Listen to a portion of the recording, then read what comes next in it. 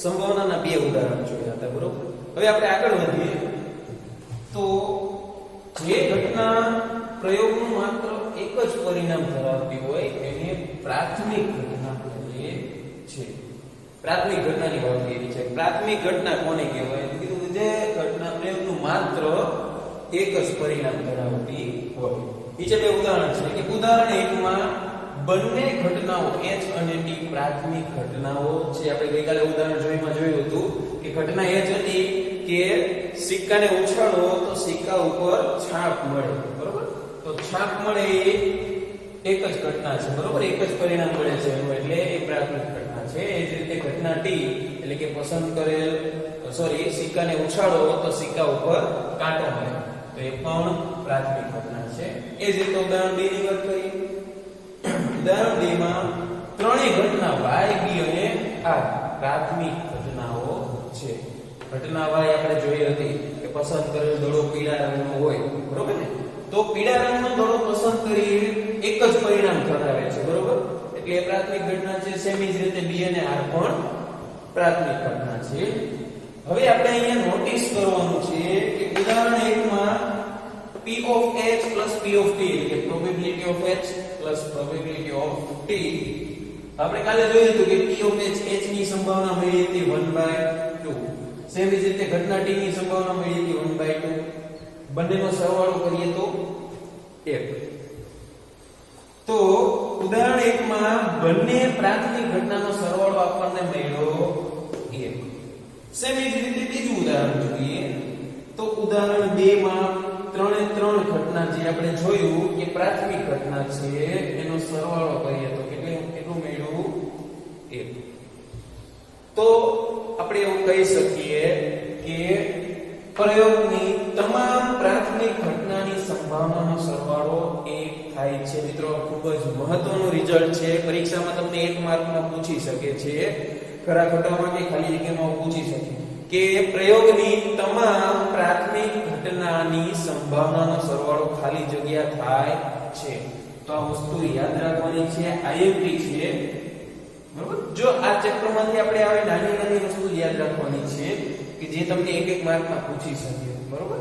એટલે આ વસ્તુ આપણે યાદ રાખશું. તો ચાલો મિત્રો હવે આપણે પૂરક ઘટના વિશે અભ્યાસ કરીએ. તો પૂરક ઘટના શબ્દ તમે 9મા ધોરણમાં અભ્યાસ કરી ગયા છો આના વિશે, બરોબર. ફરી એકવાર જોઈએ તો કે પૂરક ઘટના કોને કહેવાય? કોઈ પણ ઘટના E માટે ઘટના E નહીં મતલબ કે E નું નેગેશન ને ઘટના E ની પૂરક ઘટના કહે છે.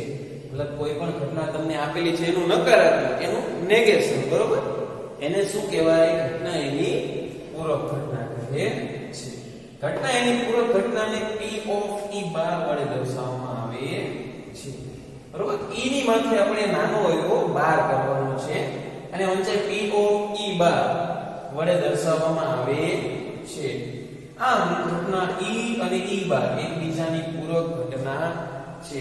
તો ખૂબ જ સરળ છે. પૂરક ઘટના કોને કહેવાય? તો કે કોઈ પણ ઘટના આપેલી છે એનું નેગેશન એનું નકારાત્મક, બરોબર, એને કહેવાય ઘટના એની પૂરક ઘટના. અહીંયા ઉદાહરણ જોઈએ આપણે. માની લો કે ઘટના E આપ્યું છે કે રમેશ પરીક્ષામાં પાસ થાય. તો ઘટના એની પૂરક ઘટના એટલે કે P of E બાર શું થશે? એનું ઊંધું, પાસ થાય એનું ઊંધું. તો કે રમેશ પરીક્ષામાં પાસ ન થાય એટલે કે નાપાસ થાય. તો આ થઈ ગઈ પૂરક ઘટના. રેડી? એ જ રીતે આપણે ઘણા બધા ઉદાહરણ મેળવી શકીએ. માન લો કે હજુ આપણે એક ઉદાહરણ જોઈએ કે આપણી ઘટના એવી છે કે સૂર્ય પૂર્વ દિશામાં ઉગે છે. તો એનું નેગેશન, બરોબર. એની પૂરક ઘટના શું થશે કે સૂર્ય પૂર્વ દિશામાં ઉગે નહીં એટલે કે સૂર્ય પશ્ચિમ દિશામાં ઉગે છે. આ શું થઈ ગયું? એનું નેગેશન એટલે કે ઘટના એની પૂરક ઘટના.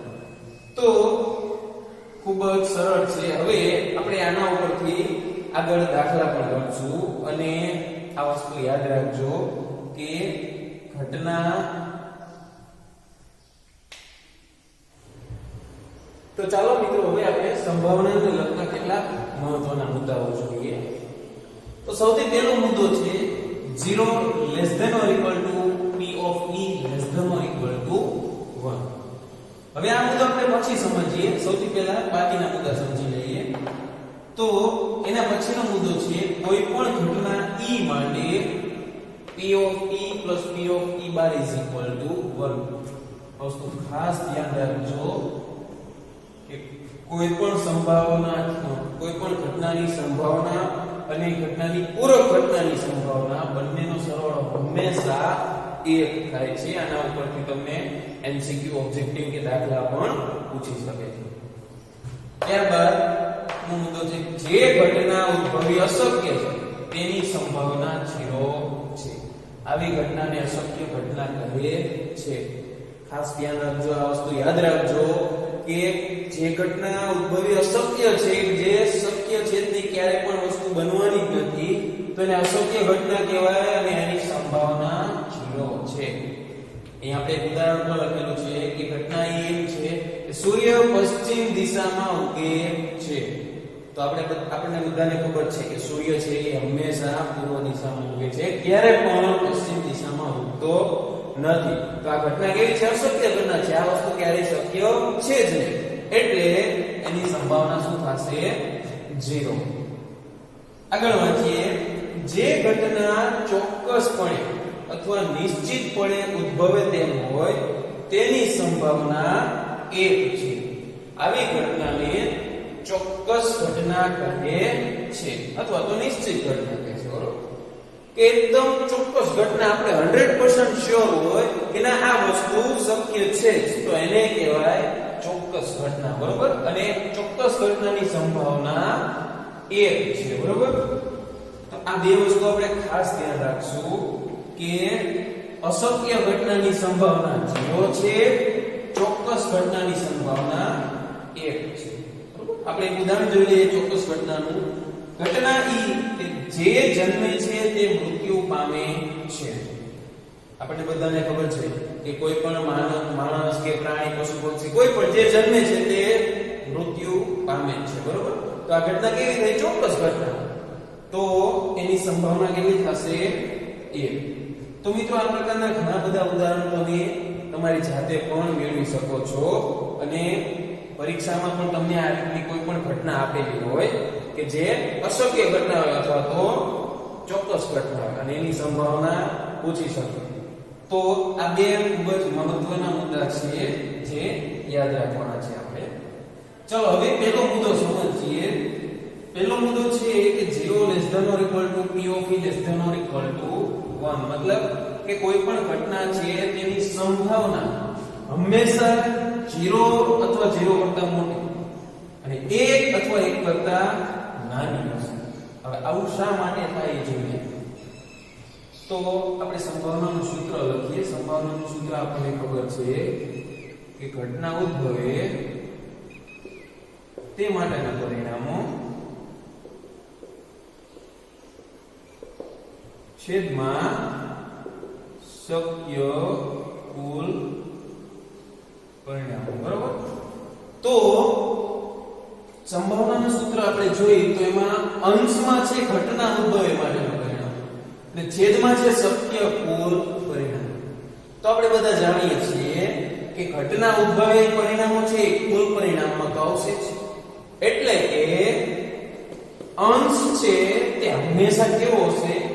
યા તો છેદ બરાબર અથવા તો એના કરતા નાનો. ક્યારે પણ એવું ના બને કે ઘટના ઉદ્ભવેના પરિણામ વધારે હોય, શક્ય પરિણામ ઓછા હોય. બરોબર? એ તો શક્ય જ નથી, કારણ કે કુલ પરિણામ જેટલા શક્ય છે બધા પરિણામ ક્યાં આવશે? છેદમાં.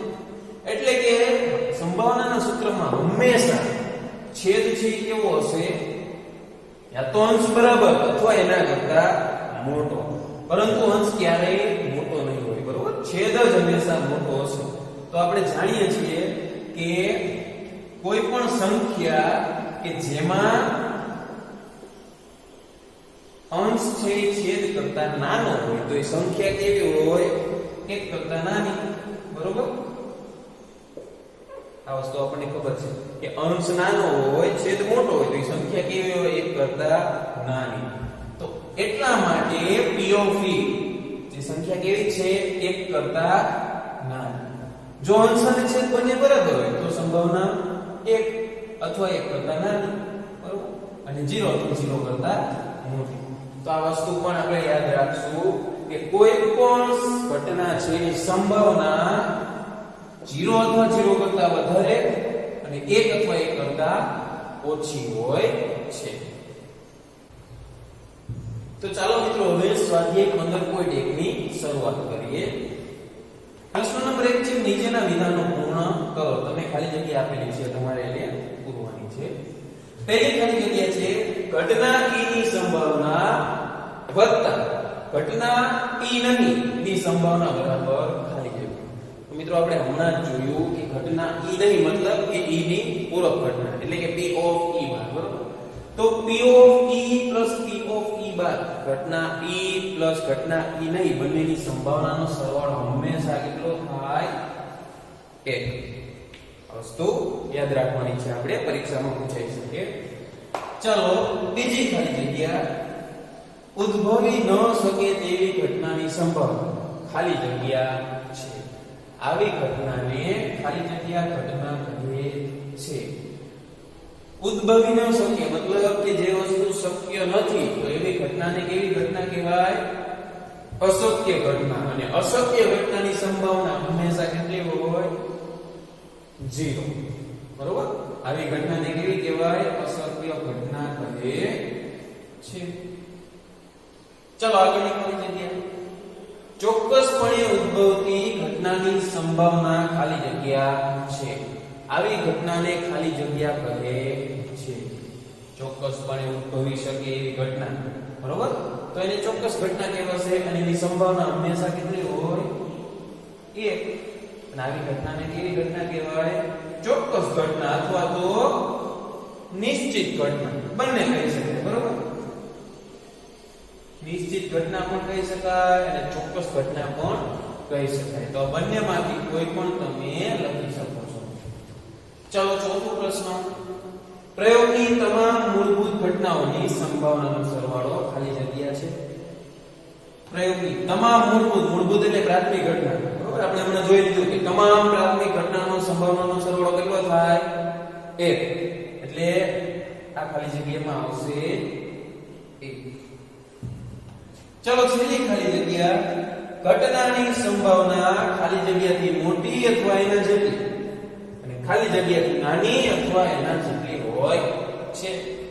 તો હમણાં જ આપણે જોયું કે કોઈ પણ ઘટના છે એની સંભાવના હંમેશા કેવી હોય? 0 અથવા 0 કરતા મોટી અને 1 અથવા 1 કરતા નાની હોય છે. એટલે આમાં શું આવશે? 0 અથવા 0 કરતા મોટી અને 1 અથવા 1 કરતા નાની હોય છે. તો આ પ્રકારની ખાલી જગ્યા તમને એક્ઝામમાં પણ પૂછી શકે છે. એટલે બધી આપણે યાદ રાખવાની છે તો બહુ સહેલી બરોબર પણ આપણે આડું અવળું ન થાય